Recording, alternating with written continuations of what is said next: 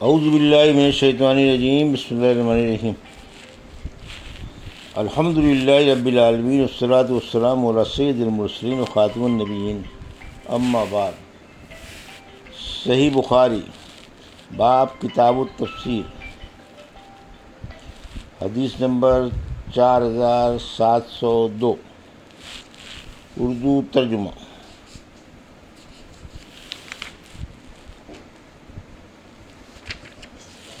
اللہ تعالیٰ کا ارشاد، اور بالیقین ہجر والوں نے بھی ہمارے رسول کو جھٹلایا۔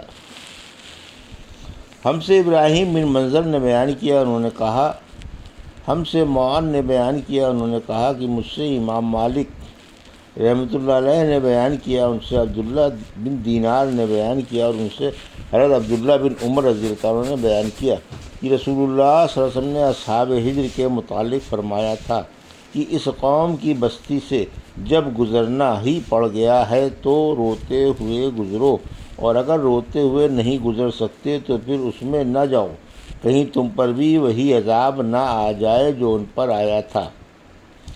حدیث نمبر 4703، اردو ترجمہ۔ اللہ تعالیٰ کا ارشاد، اور تحقیق ہم نے آپ کو وہ 7 آیتیں دی ہیں جو بار بار پڑھی جاتی ہیں، اور وہ قرآن عظیم ہے۔ مجھ سے محمد بن بشار نے بیان کیا، انہوں نے کہا، ہم سے غنزر نے بیان کیا، کہا ہم سے شعبہ نے بیان کیا، ان سے خبیب بن عبد الرحمن نے، ان سے حفص بن عاصم نے، اور ان سے ابو سعید بن معلا رضی اللہ عنہ نے بیان کیا کہ رسول اللہ صلی اللہ علیہ وسلم میرے پاس سے گزرے، میں اس وقت نماز پڑھ رہا تھا، رسول اللہ صلی اللہ علیہ وسلم نے مجھے بلایا، میں نماز سے فارغ ہونے کے بعد خدمت میں حاضر ہوا، آپ نے دریافت فرمایا کہ فوراً ہی کیوں نہیں آئے؟ عرض کیا کہ میں نماز پڑھ رہا تھا۔ اس پر آپ صلی اللہ علیہ وسلم نے فرمایا کہ اللہ نے تم لوگوں کو حکم نہیں دیا ہے کہ اے ایمان والو، جب اللہ اور اس کے رسول تمہیں بلائیں تو لبیک کہو؟ پھر آپ نے فرمایا، کیوں نہ آج میں تمہیں مسجد سے نکلنے سے پہلے قرآن کی سب سے عظیم صورت بتاؤں؟ پھر آپ بتانے سے پہلے مسجد سے باہر تشریف لے جانے کے لیے اٹھے تو میں نے بات یاد دلائی۔ آپ نے فرمایا کہ سورہ الحمدللہ رب العالمین یہی 7 مثانی ہے، اور یہی قرآن عظیم ہے جو مجھے دیا گیا ہے۔ حدیث نمبر 4704، اردو ترجمہ۔ ہم سے آدم نے بیان کیا، انہوں نے کہا، ہم سے ابن ابی ذئب نے بیان کیا، انہوں نے کہا، ہم سے سعید مقبری نے بیان کیا، ان سے حضرت ابو ہریرہ رضی اللہ عنہ نے بیان کیا کہ رسول اللہ صلی اللہ علیہ وسلم نے فرمایا، القرآن یعنی سورہ فاتحہ ہی 7 مثانی اور قرآن عظیم ہے۔ حدیث نمبر 4705، اردو ترجمہ۔ اللہ تعالیٰ کا ارشاد، یعنی جنہوں نے قرآن کے ٹکڑے ٹکڑے کر رکھے ہیں، المقتسمین سے وہ کافر مراد ہیں جو انہوں نے رات کو جا کر قسم کھائی تھی کہ صالح پیغمبر کی اونٹنی کو مار ڈالیں گے، اسی سے الاقسم نکلا ہے کہ میں قسم کھاتا ہوں۔ بعض نے اسے لا قسم پڑھا، لام تاکید سے، اسی سے ہے وقاسمہا، یعنی ابلیس نے آدم و حوا علیہ السلام کے سامنے قسم کھائی، لیکن آدم و حوا نے قسم نہیں کھائی تھی۔ مجاہد نے کہا کہ تقاسموا باللہ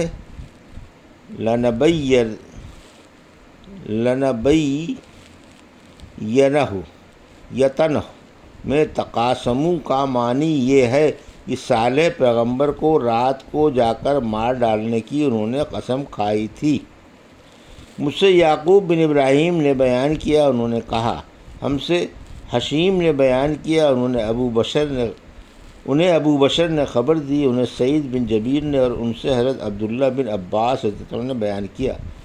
آیت جنہوں نے قرآن کے ٹکڑے کر رکھے ہیں کے متعلق کہا کہ اس سے مراد اہل کتاب ہیں کہ انہوں نے قرآن کے ٹکڑے ٹکڑے کر دیے جو تورات کے موافق تھا اسے مانا، اور جو خلاف تھا اسے نہ مانا۔ حدیث نمبر 4806، 4706 اردو ترجمہ۔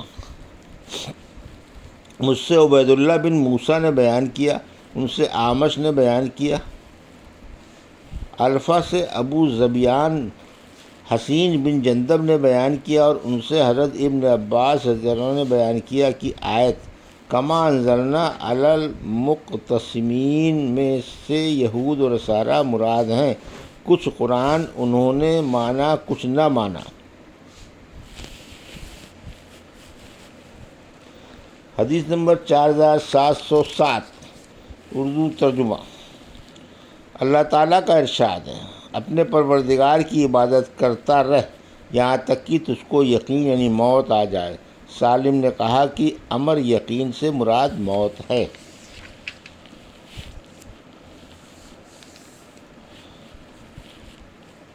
سورہ نحل کی تفسیر۔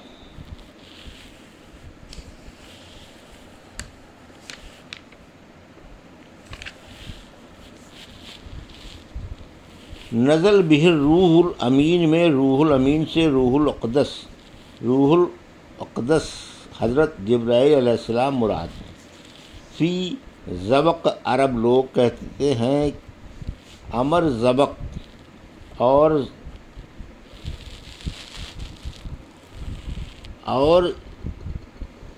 ضیق جیسے ہین اور لین اور لین اور میت۔ ابن عباس نے کہا فی تقلبہم کا معنی ان کے اختلاف میں، اور مجاہد نے کہا تمید کا معنی جھک جائے، الٹ جائے، مفرطور کا معنی بھلائے گئے۔ دوسرے لوگوں نے کہا فَإِذَا قَرَأْتَ الْقُرْآنَ فَاسْتَعِذْ بِاللَّهِ۔ اس آیت میں عبارت آگے پیچھے ہو گئی ہے، کیونکہ اعوذ باللہ قرأت سے پہلے پڑھنا چاہیے۔ استعاذہ کے معنی اللہ سے پناہ مانگنا، اور حضرت عبداللہ بن عباس نے کہا تسیمون کا معنی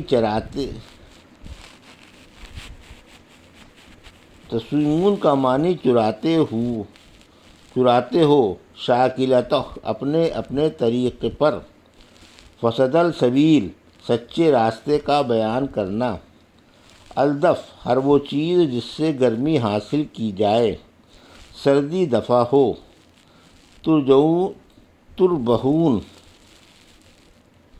شام کو لاتے ہو، تسرحون صبح کو چرانے لے جاتے ہو، بشق تکلیف اٹھا کر، محنت مشقت سے، الا تخوف نقصان کر کے، وَإِن لَكُمْ فِي الْأَنْعَامِ الْعِبْرَةُ میں انعام نعم کی جمع ہے، مذکر مؤنث دونوں کو انعام اور نعم کہتے ہیں۔ سرابیل تقیکم الحر میں سرابیل سے کرتے اور سرابیل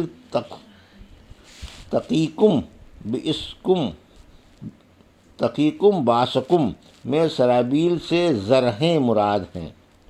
دخلہ بینکم جو ناجائز بات ہو اس کو دخل کہتے ہیں، جیسے دخل یعنی خیانت۔ حضرت ابن عباس نے کہا حفدت آدمی کی اولاد، السکر نشے اور مشروب جو حرام ہے، رزقا حسنا جس کو اللہ نے حلال کیا۔ اور سفیان بن عینیہ نے صدقہ ابو لہذیل سے نقل کیا۔ انکاسا ٹکڑے ٹکڑے، یہ ایک عورت کا ذکر ہے، اس کا نام خرقہ تھا، جو مکے میں رہتی تھی۔ وہ دن بھر سود کاٹتی، پھر توڑ توڑ کر پھینک دیتی۔ ابن مسعود نے کہا امہ کا معنی لوگوں کو اچھی باتیں سکھانے والا، اور قانت کے معنی مطیع اور فرما بردار کے ہیں۔ اللہ تعالیٰ کا ارشاد، یعنی اور تم میں سے بعض کو نقطی عمر کی طرف لوٹا دیا جائے گا، نکمی عمر کی طرف لوٹا دیا جائے گا۔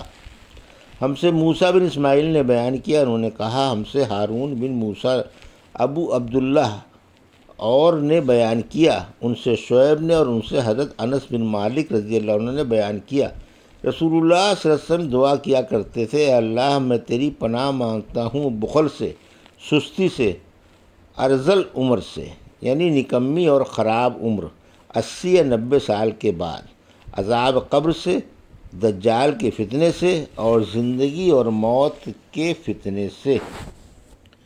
یہ تھی صحیح بخاری باب کتاب التفسیر کی حدیث نمبر 4702 سے 4707 کا اردو ترجمہ، جو ابھی آپ نے سماعت فرمایا۔ اللہ سے دعا ہے کہ اللہ ہمیں ان حدیثوں کی صحیح سمجھ عطا فرما اور ان پر عمل کرنے کی توفیق عطا فرما، آمین یا رب العالمین۔